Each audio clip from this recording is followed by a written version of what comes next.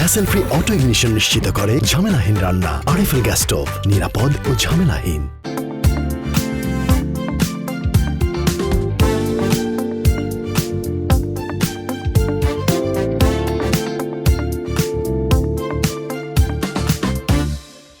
প্রিয় দর্শক, সবাইকে স্বাগত জানিয়ে শুরু করছি আরএফএল গ্যাস স্টোভ রান্নায় ঐতিহ্য। সাথে আছি আমি রুহানি সালসাবিল। পুরো রমজান মাস জুড়ে আপনাদের সাথে শেয়ার করেছি ঐতিহ্যবাহী রান্নার সব রেসিপি। আর ঈদ চলে এসেছে, সবার মনে ঈদের আনন্দ লেগে গেছে। আপনাদের সাথে আজকেও একটি ঐতিহ্যবাহী রান্নার রেসিপি শেয়ার করব। আর সাথে তো আছেই বাংলাদেশের 1 নম্বর gas stove brand RFL gas stove. আজকে আমার সঙ্গে আছেন বাংলাদেশের প্রসিদ্ধ রন্ধনশিল্পী হাসিনা আনসার। কেমন আছেন আপু? খুব ভালো আছি, আপনি কেমন আছেন? রমজানুল মোবারক। আমি ভীষণ ভালো আছি। দর্শক, আজকে আমার সাথে আছে আমার ভীষণ পছন্দের নাবিলা ইসলাম। নাবিলা, কেমন আছো? আমি ভীষণ ভালো আছি, তোমাকে দেখেও ভালো লাগছে, আড্ডা হবে তাই ভীষণ আর ভালো ঈদ আছি। তো চলে এসেছে, তোমাকে দেখে কিন্তু আমার ঈদ লাগছে। একদম তাই তো।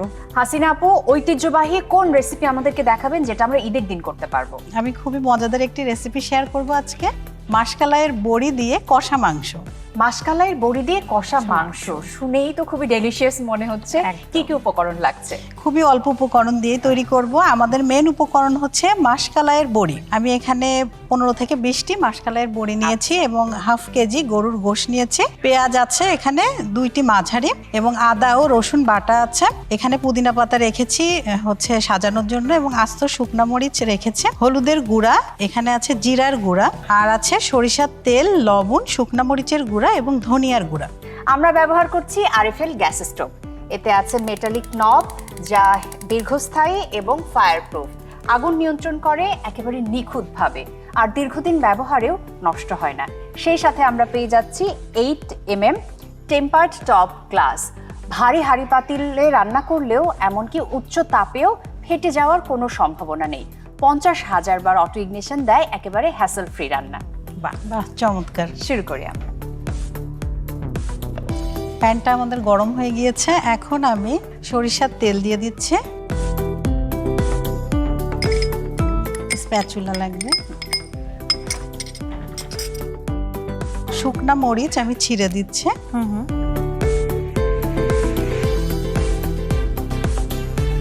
এখানে আসলে আস্ত গরম মশলার ব্যবহারটা হবে না, যেহেতু বড়ি দেয়া। আমরা গরম মশলাটা ব্যবহার করব না। জিরার গুঁড়া, ধনিয়ার গুঁড়া। ঠিক আছে। এই রান্নাটা আসলে হচ্ছে আমাদের যে মাসকালাই ডাল থাকে, এটা আসলে শীতকালে হয় না, তো ওই ডালটা সংরক্ষণের জন্যই কিন্তু শীতকালে বড়ি হিসেবে এটা হয়, রোদে শুকাতে হয়, তারপরে এই যে রান্নার মধ্যে ব্যবহার করি। আমি কখনো খাইনি, এটা আমার একেবারেই ফার্স্ট টাইম খাওয়া হবে। তবে নাবিলার ক্ষেত্রে আমি কিন্তু একটা কথা বলতে পারি। হ্যাঁ বলো। সে তো বিফ অবশ্যই পছন্দ করে, কারণ সে চট্টগ্রামের মেয়ে, আর চট্টগ্রাম শুনলেই আমার মাথায় আসে মেজবান। হ্যাঁ, ঠিক। এটা আমার জন্য একদমই নতুন একটা ডিশ, তাই তো। আমি আদা ও রসুন বাটা দিচ্ছি, প্রায় 2.5 টেবিল চামচ মতো দিলাম। এবং একে একে আমি সব মশলাগুলো দিয়ে দিব। এখানে দিয়ে দিচ্ছি ধনিয়ার গুঁড়া, হলুদের গুঁড়া,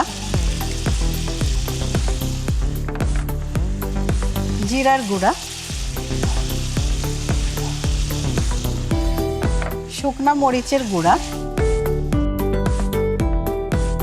লবণ, কষিয়ে নিব, তারপর পানি দিব।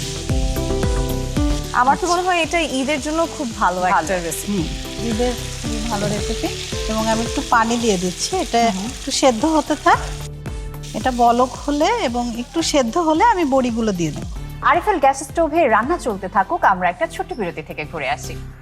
দর্শক, আপনারা দেখছেন আরএফএল গ্যাস স্টোভ রান্নায় ঐতিহ্য। সময় হয়ে গেল ছোট্ট একটি বিরতির পর আবার দেখা হচ্ছে। আশা করছি কোথাও যাবেন না, সাথেই থাকবেন।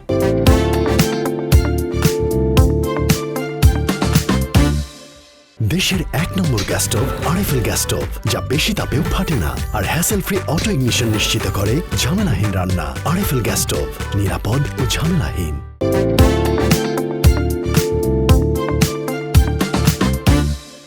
দর্শক, বিরতির পর সবাইকে স্বাগত জানাচ্ছি আরো একবার। আপনারা দেখছেন আরএফএল গ্যাস স্টোভ রান্নায় ঐতিহ্য।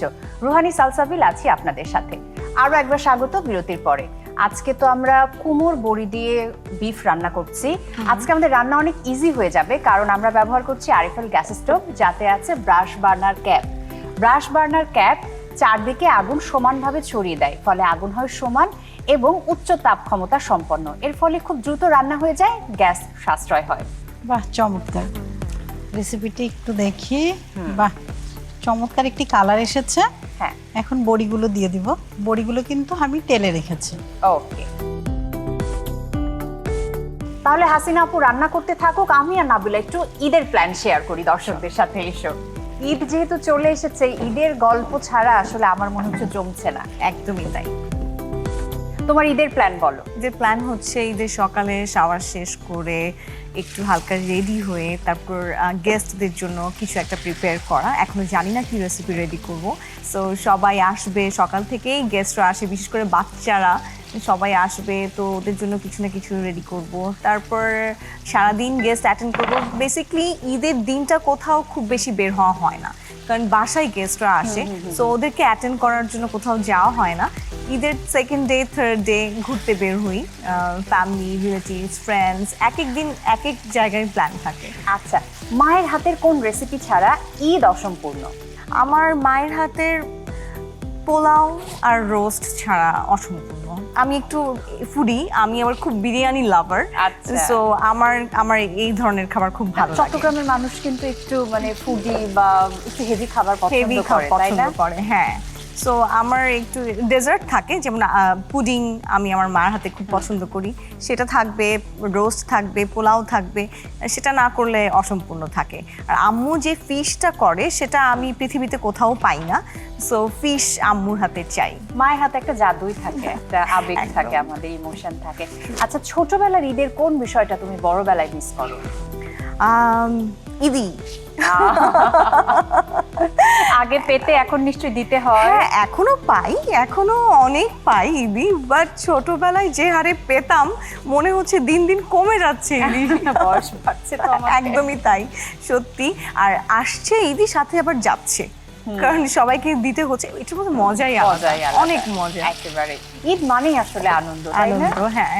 সবাই মিলে কত প্ল্যান থাকে যে দু একদিন এভাবে থাকবো বাসায়, এরপর একটু ঢাকার বাইরে যাব, বা চট্টগ্রামে ঈদ হলে চট্টগ্রামের বাইরে যাব, কোথাও অন্য কোথাও যাব, পুরো ফ্যামিলি নিয়ে। এই ধরনের প্ল্যান তো থাকেই। একেবারে। হাসিনা আপু, কি অবস্থা? হ্যাঁ, রান্না কিন্তু অলমোস্ট ডান। আমি জাস্ট একটু জিরা আর ধনিয়ার গুঁড়া দিয়েই নামিয়ে ফেলবো। রমজান মাসে যেটা হচ্ছে, সবাই অনেক বেশি একটু টায়ার্ড থাকি, কাজের জায়গায় কাজ হয়, সেটা থেমে থাকে না, আর অনেক কিছু যোগ হয়। স্টার্টের পর কিন্তু আবার একটা আলাদা একটা মানে দেখা যায় খুব আলসে চলে আসে, অনেক কিছু ইচ্ছে করে না। একটু পুষ্টির একটা যে ঘাটতি হয়, একটা হেভি ফুড হলে পুরোপুরি আমার মনে হয় সেটা রিকভার করা যায়। আর আমাদের রেসিপিও কিন্তু রেডি হয়ে গেছে, হাসিনা আপু সার্ভ করছে। এরই ফাঁকে দর্শকদের সাথে একটা গুড নিউজ শেয়ার করি।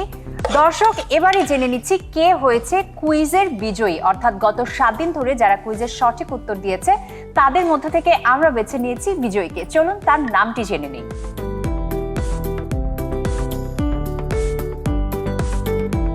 কংগ্রাচুলেশনস, আপনার জন্য ঈদ গিফট হিসেবে থাকছে আরএফএল গ্যাস স্টোভ। কি দারুণ ব্যাপার, তাই না বলো? একদম। কুইজটা যদি আমি জিততাম তাহলে একটা গ্যাস স্টোভ পেয়ে যেতাম। So, আজকে ঐতিহ্যবাহী একটি রেসিপি দিয়ে আমরা আমাদের ইফতার সারবো। আপু, তৈরি হয়ে গেল আমাদের মজাদার মাশকালাইয়ের বড়ি দিয়ে কষা মাংস আপনাদের জন্য। Thank you. কি সহজ একটি রেসিপি। একদম। Thank you so much Hasina আপু, এত দারুণ একটি রেসিপি আমাদের সাথে শেয়ার করার জন্য। আমরাও শিখে নিলাম, ঈদের দিন আমরাও আমাদের টেবিলে সার্ভ করতে পারবো। নাবিলা, খুব ভালো থেকো, তোমাকে ঈদের অনেক অনেক শুভেচ্ছা। তোমাকে ঈদের অনেক শুভেচ্ছা, আপুকে অনেক শুভেচ্ছা, একটা চমৎকার রেসিপি শিখলাম। আর আরটিভির সকল দর্শককে ঈদের অনেক অনেক শুভেচ্ছা, ঈদ মোবারক। আপু, আপনাকে অসংখ্য ধন্যবাদ এত সুন্দর একটি রেসিপি তৈরি করার জন্য আমাকে ইনভাইট করেছেন, এবং আপু আপনাকেও ধন্যবাদ, সাথে ছিলেন। এবং দর্শক, আপনারা যারা আমাদের রেসিপিটি দেখেছেন অবশ্যই বাসায় ট্রাই করবেন, ভালো লাগবে। এবং আরটিভিকে ধন্যবাদ এবং আরএফএল গ্যাস স্টোভকে ধন্যবাদ। প্রিয় দর্শক, পুরো রমজান মাস জুড়ে আপনাদের সাথে বাংলাদেশের ঐতিহ্যবাহী নানা রেসিপি শেয়ার করেছি। আমি জানি রমজান মাসে আপনারা এই রেসিপিগুলো বাসায় তৈরি করেছেন এবং ঈদের দিনেও এই রেসিপিগুলো তৈরি করবেন। আপনাদেরকে অনেক ধন্যবাদ পুরো রমজান মাস জুড়ে আমাদের সাথে থাকার জন্য। আমি রুহানি সালসাবিল বিদায় নিয়ে নিচ্ছি আজকের মতো। সবাই খুব ভালো থাকুন, সবাইকে ঈদের শুভেচ্ছা।